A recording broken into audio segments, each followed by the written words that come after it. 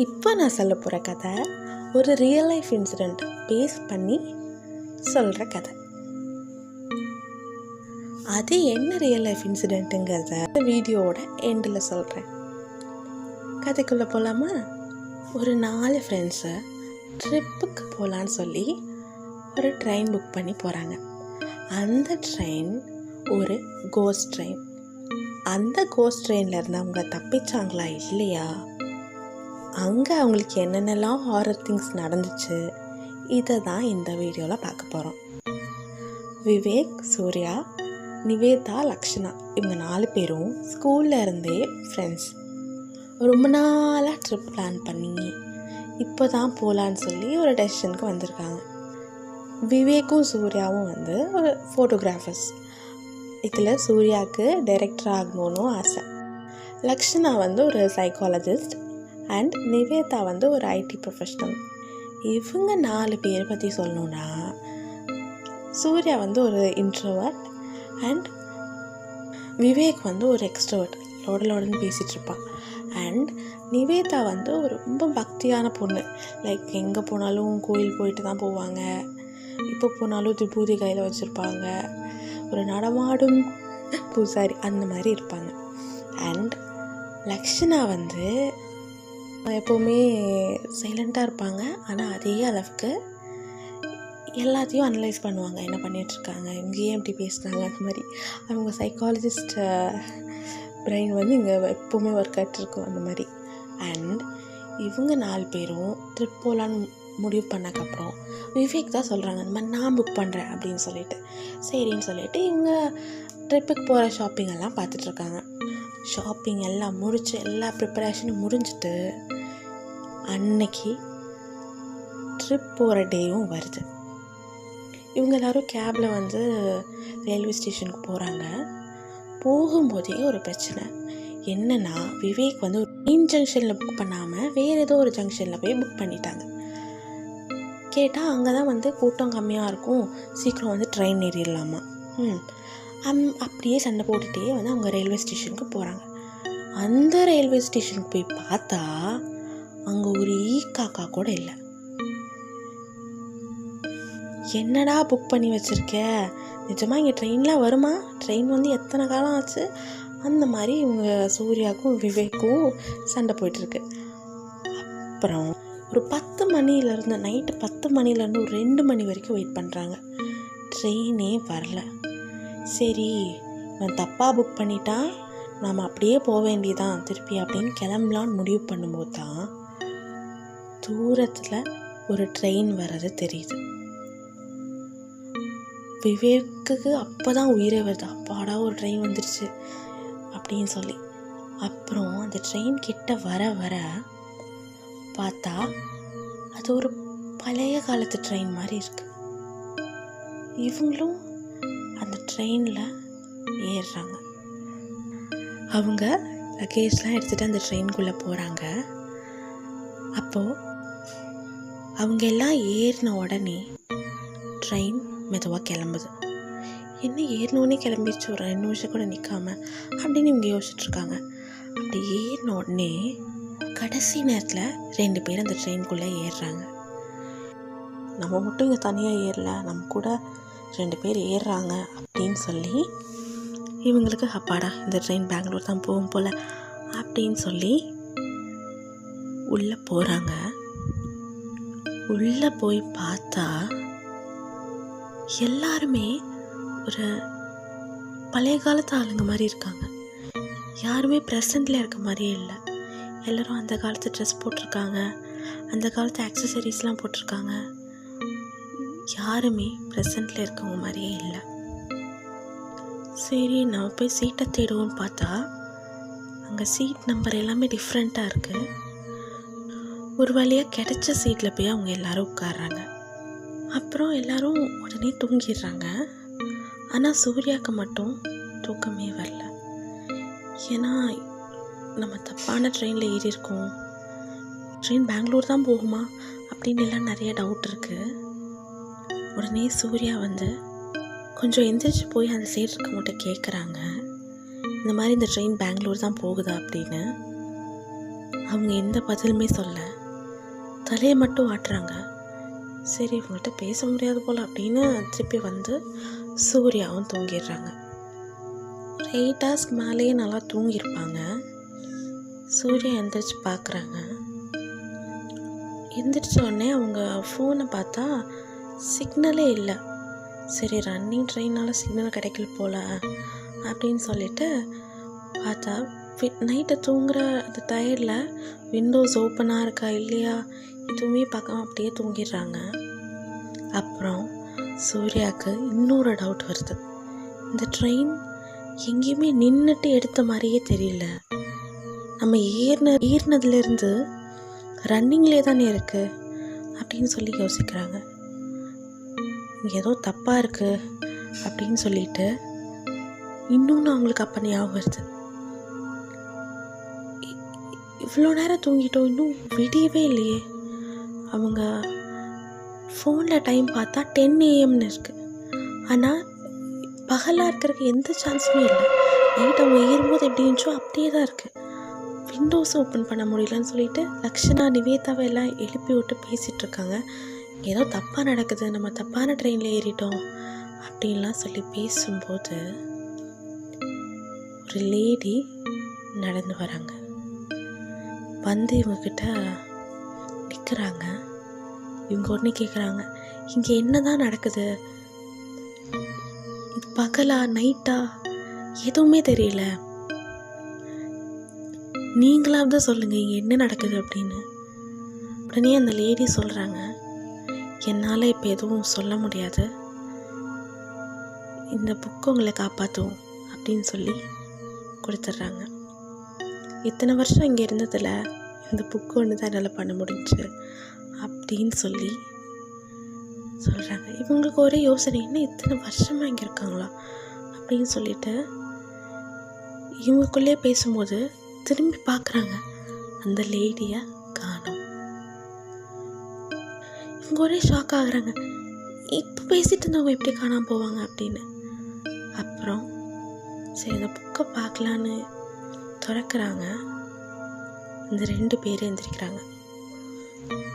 லாஸ்ட்டாக ஏறினாங்கள்ல ட்ரெயினில், இந்த 2 பேரும் எந்திரிச்சு வந்து என்ன நடக்குது ஒன்றுமே புரியல அப்படின்னு சொல்லும்போது சூர்யா சொல்கிறாங்க, எங்களுக்கும் எதுவும் தெரியல, இந்த புக் இது மட்டும்தான் நம்மளை காப்பாற்றும், இதை பார்க்கலாம் அப்படின்னு சொல்லிட்டு திறந்து பார்த்தா 1911 அப்படின்னு போட்டிருக்கு.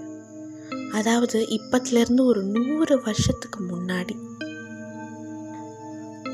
அந்த புக்கில் அவங்க இந்த ஜேர்னி பற்றி நாங்கள் எக்ஸைட்டடாக இருக்கோம், ட்ரெயின் இன்னும் கொஞ்ச நேரத்தில் ஸ்டார்ட் ஆக போகுது எல்லாமே எழுதியிருக்காங்க. அப்புறம் ட்ரெயின் எங்கள் ஜேர்னி நல்லா போயிட்டுருக்கு, இங்கே ஃபுட்டு வைன் எல்லாமே எனக்கு ரொம்ப பிடிச்சிருக்கு அப்படிலாம் எழுதியிருக்காங்க. அண்ட் அடுத்த வரி, அந்த டனல்குள்ளே நாங்கள் எல்லாம் போகிற வரைக்கும் இந்த ட்ரெயினில் இருந்த எல்லாருமே ஹாப்பியாக இருந்தோம். அந்த டனல் ரொம்ப ஒரு பேசும் பொருளாக இருந்துச்சு. அது மிகப்பெரிய டனல்னும் அந்த டனலுக்குள்ளே போகிறத பற்றி எல்லாருமே எக்ஸைட்டடாக இருந்தாங்க. ஏன்னா அது ஒரு லாங் டனல். அந்த டனலுக்குள்ளே இந்த ட்ரெயின் என்டர் ஆகும்போதே ஒரு கருப்பான ஒரு புகை வந்துச்சு. எல்லாரும் ஸ்மெல் பண்ணக்கப்புறம் எல்லாரும் ஒரு மாதிரி சிரிக்க ஆரம்பித்தாங்க. எல்லாரும் ஒரு மாதிரி வியர்டாக கத்த ஆரம்பித்தாங்க. அந்த டனலோட இன்னொரு பக்கத்தில் இருந்து நாங்கள் வேறு உலகத்துக்கு போயிட்டோம். அப்படியே எத்தனை வருஷம் போச்சுன்னு எங்களுக்கு தெரியல. அந்த டனலோட இன்னொரு பக்கத்தில் இருந்து ஒரு போர்ட்டல் இருந்துச்சு. அந்த போர்ட்டல் வழியாக நாங்கள் வேறு உலகத்துக்கு போயிட்டோம். அந்த வேறு உலகத்துக்கு போனதுக்கப்புறம் இந்த ட்ரெயின் மனுஷங்களோட ட்ரெயினாகவே இல்லை. இந்த ட்ரெயின் டெமான்ஸால் ஆக்கிரமிக்கப்பட்டிருக்கு. அப்புறம் எல்லாருமே அந்த டெமோன்ஸோட உலகத்துக்கு போயிட்டோம். இப்படியெல்லாம் எழுதியிருந்தாங்க. இதுதான் அதில் இருந்த கடைசி வரி. அதுக்கப்புறம் ட்ராயிங்ஸ் மட்டும்தான் இருந்துச்சு. இந்த ட்ராயிங்ஸ் என்னென்னு புரிஞ்சுக்க முடியாத மாதிரி இருந்துச்சு. லக்ஷனா அதை வாங்கி ஏதோ புரிகிற மாதிரி பார்த்துட்டு இருந்தாங்க கொஞ்ச நேரம். அப்புறம் அவங்க சொன்னாங்க, இந்த ட்ரெயினில் 2 டெமோன் இருக்குது, அதுலேருந்து எப்படி தப்பிக்கிறதுன்னு தான் அந்த ட்ராயிங். அந்த ஃபர்ஸ்ட் டெமோன் வரும்போது ஒரு ஹார்ன் அடிக்கும். அந்த ஹார்ன் வந்ததுலேருந்து அந்த ஹார்ன் சத்தம் கேட்டக்கப்புறம் எப்போ வேணால் அந்த டெமோன் வரலாம். அந்த டெமோன் வரும்போது நம்ம கண்ணை மூடி இருக்கணும். நம்ம பயப்பட்ட மாதிரி காமிக்கக்கூடாது. நம்ம பயப்பட்டோன்னா அது நம்ம புது சோல்னு தெரிஞ்சு நம்மளை அதோட உலகத்துக்கு கூட்டிகிட்டு போயிடும். இதே பயப்படாமல் இருந்தோன்னா இங்கே இருக்க பழைய சோல்ஸ் தான் அப்படின்னு சொல்லி அப்படியே விட்டுரும். செகண்ட் டெமோன் வரும்போது 2 ஹார்ன் அடிக்கும். அந்த 2 ஹார்ன் அடித்ததுலேருந்து எப்போ வேணால் அந்த டெமோன் வரலாம். அந்த டெமோன் நம்ம பக்கத்தில் வரும். நம்ம கண்ணுக்கிட்ட அது ஐ கான்டாக்ட் வைக்கும். கண்ணு வச்சு தான் செக் பண்ணும், இவங்க பழைய சோலா இல்லை புது சோலா. அந்த கண்ணில் பயம் தெரியுதா அப்படின்லாம் பார்க்கும். அதோட கண்ணை பயம் இல்லாமல் பார்க்கணும். அப்படி கண்ணு அசைவு இருந்துச்சுனாலோ இல்லை பயப்பட்டோனாலோ அது நம்மளை கொன்று அதோட உலகத்தை கூட்டிகிட்டு போயிடும். இந்த 2 சமாளித்தா தான் இங்கேருந்து வெளியே போக முடியும். மற்றவங்கெல்லாம் கேட்குறாங்க, 2 டெமோன்ஸ்கிட்ட தப்பிக்கிறதே பெரிய விஷயம்தான், அதுக்கப்புறம் எப்படி நம்ம வெளியே போகிறது அப்படின்னு கேட்குறாங்க. இந்த ட்ரெயின் ஒவ்வொரு நாளும் ஒவ்வொரு டைம் பீரியடில் போகும். அதாவது இன்றைக்கி 2024 அப்படின்னா அடுத்த நாள் 2042. இந்த மாதிரி மாறி மாறி போகும். அப்படி போகும்போது ஏதோ ஒரு நாள் 1 மாதம் ஆகலாம், 1 வருஷம் கூட ஆகலாம்.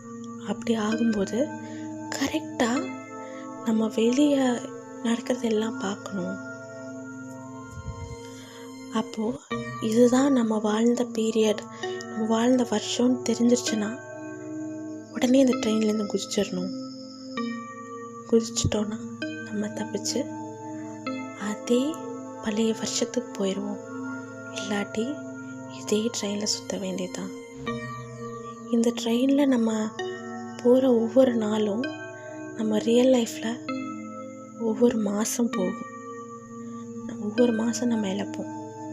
அதனால் எவ்வளோ சீக்கிரம் இந்த ட்ரெயின்லேருந்து தப்பிக்கிறோமோ அவ்வளோ சீக்கிரம் இது நல்லது அப்படின்னு சொல்கிறாங்க.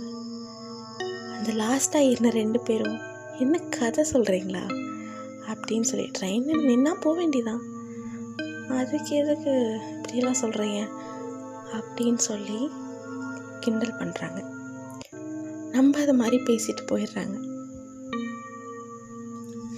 எல்லோரும் யோசிக்கிறாங்க, அதுக்கு முதல்ல விண்டோஸ் ஓப்பனாக இருந்தால் தானே எந்த டைம் பீரியட்னு தெரியும், இங்கே விண்டோஸே ஓப்பன் பண்ண முடியல அப்படின்னு பேசிகிட்ருக்காங்க. உடனே நிவேதா ரொம்ப பயந்து அவங்க கொண்டு வந்த கயிறு விபூதி எல்லாருக்கும் கொடுக்குறாங்க. கொடுத்தக்கப்புறம் அவங்க எல்லாத்துக்குமே ப்ரிப்பேர் ஆகிட்டுருக்காங்க. அபிஷேக்கும் எந்திரிச்சு கேட்குறாங்க. அபிஷேக்கும் எந்திரிச்சு பயப்படுறாங்க. என்னடா இவ்வளோ கதை சொல்கிறீங்க,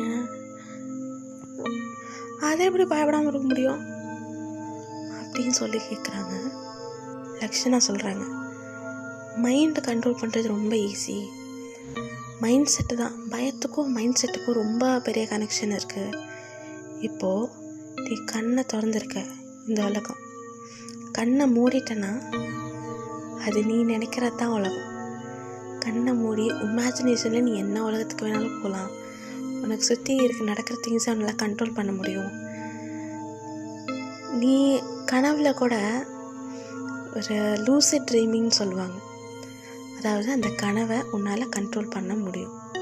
அந்த மாதிரி தான் நீ கண்ணை மூடிட்டு ஃபஸ்ட்டு டெமோன் வரும்போது கண்ணை மூடிட்டு நீ உன் கனவு உலகத்துக்கு போயிடு. நீ கனவு காணு. இப்போ நடக்கிறது நீ மறந்துடு. மைண்ட் செட் தான் எல்லாமே. தயவு செஞ்சு நீ வந்து தப்பிக்கிறக்கு ஒரே வழி அந்த மைண்ட் செட் தான். செகண்ட் டெமோனுக்கு கண்ணை மூடிட்டு என்ன பண்ணியோ அதே கண்ணை திறந்துட்டு டெமோன் ஒன்றுமே இல்லை, ஜஸ்ட் ஒரு ஆப்ஜெக்ட் உன் கண்ணு முன்னாடி வந்து போகுது அப்படின்னு நினச்சிக்கோ. அது வந்து ஒரு பேய் கிடையாது, ஒன்றுமே கிடையாது. அது ஜஸ்ட் வருது, நம்ம கண்ணு பிளிங்க் ஆகாமல் பயப்படாமல் இருந்தால் போயிட போகுது. நீயே எவ்வளோ பயப்படுற அப்படின்னு சொல்கிறாங்க. இப்படி இவங்க பேசிகிட்டு இருக்கும்போது சூர்யாவுக்கு ஒரு ஐடியா வருது. கையில் கயிறு கட்டினதுக்கப்புறம் அந்த விண்டோவை திறந்தா அதுக்கப்புறம் அந்த விண்டோ திறந்துருது. இத்தனை நாள் வந்து ஞானப்பழம் அது இதுன்னு கிண்டல் பண்ண நிவேதாவை இன்றைக்கி தான் அவங்க தேங்க் பண்ணியிருக்காங்க. சரின்னு சொல்லிட்டு அந்த புக்கில் என்னெல்லாம் இருக்குது, அந்த டெமோனோட உருவம் இருக்குது. லக்ஷனா அந்த டைரியவே பார்த்துட்ருக்காங்க. பார்க்கும்போது அங்கே அந்த டெமோன்ஸோட உருவம்லாம் இருக்குது. அந்த டெமோன்ஸோட உருவத்தையெல்லாம் ஒவ்வொன்றா வரைஞ்சி வச்சுருக்காங்க. அதை பார்த்துட்ருக்காங்க. அந்த ட்ரெயின் வந்து அப்போவும் ஒரு நைட்டாக தான் தெரியுது. வெளியே சுத்த எந்த இடம் எதுவுமே தெரியல. விண்டோஸ்லாம் திறந்தக்கப்புறம் பார்த்தா வெளியே அப்போவும் இருட்டாக தான் இருக்குது. ஆனால் இவங்க ஃபோனில் டைம் வந்து 11:30 AM அப்படி தான் காட்டுது. வெளியே ஏதோ ஒரு காடுக்குள்ளே போகிற மாதிரி தான் இருக்குது. ஒரு காடுக்குள்ளே ஒரு அந்த ட்ரெயின் போயிட்டுருக்கு. ஒரு ஃபாரஸ்ட் ஏரியாவில் அந்த ட்ரெயின் போயிட்டுருக்கு. அப்போது திடீர்னு ட்ரெயின் ஸ்லோ ஆகுது. லக்ஷனா விண்டோலேருந்து ஒரு உருவத்தை பார்க்குறாங்க. ஒரு வயல்வெளிக்கு நடுவில் அங்கே ஒரு டெமோன் நின்றுட்டுருக்கு. ஒரு வயல்வெளிக்கு நடுவில் அந்த டெமோன் நின்றுட்டுருக்கு. அந்த ட்ரெயினும் கொஞ்ச நேரத்தில் நிற்க போகுது. அந்த டெமோன் ட்ரெயினுக்குள்ளே வந்துடும் அப்படின்னு சொல்லி லக்ஷனாக்கு புரிஞ்சு ஃபர்ஸ்ட் ஹாரன் சத்தம் கேட்குது. எல்லோரும் கண்ணு மூடுங்க, அந்த டெமோன் வந்துருச்சு, யாரும் தயவு செஞ்சு பயந்த மாதிரி காட்டிக்காதீங்க அப்படின்னு சொல்லி எல்லாருமே அமைதியாக கண்ணை முடிக்கிறாங்க. அப்போது ட்ரெயின் நின்றுச்சுன்னு சொல்லி அந்த லாஸ்ட்டாக ஏறின 2 பேர் பேகெல்லாம் எடுத்துகிட்டு வெளியே போகிறாங்க.